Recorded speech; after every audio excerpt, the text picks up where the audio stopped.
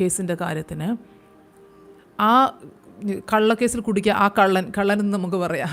ആ വ്യക്തി എന്താ വെച്ചാൽ ഇദ്ദേഹം, അതായത് അന്യഭാഷയിൽ പ്രാർത്ഥിച്ച ഈ ദൈവ മനുഷ്യൻ, ഇദ്ദേഹം ഇങ്ങനെ ചെയ്തു എന്ന് പറഞ്ഞപ്പോൾ ഈ ജഡ്ജ് ചെയ്യുന്ന പുള്ളി എന്ത് ചെയ്തു? അങ്ങനെ ചെയ്തിട്ടില്ല എന്നെഴുതി. ഞാൻ ഫോർ എക്സാമ്പിളാണ് നിങ്ങളോട് പറയുന്നത്. ഓക്കെ, ഇദ്ദേഹം അവിടെ പോയിരുന്നു എന്ന് കള്ളസാക്ഷി പറയുമ്പോൾ ജഡ്ജ് എഴുതി വെച്ചത് എന്താണ്? അദ്ദേഹം അവിടെ പോയിട്ടില്ല. ഇദ്ദേഹം അങ്ങനെ ചെയ്തു എന്ന് കള്ളസാക്ഷി പറഞ്ഞപ്പോൾ ജഡ്ജ് എന്താ എഴുതി വെച്ചത്? അദ്ദേഹം അങ്ങനെ ചെയ്തിട്ടില്ല. നോക്കിക്കേ, പ്രൈസ് ദി ലോർഡ്. അദ്ദേഹം പോലും അറിയാതെ അദ്ദേഹത്തിൻ്റെ കൈ വിരലുകൾ, വൗ, ദൈവ പുരുഷന്, ദൈവ കുടുംബത്തിന് അനുകൂലമാക്കി എഴുതിച്ചു.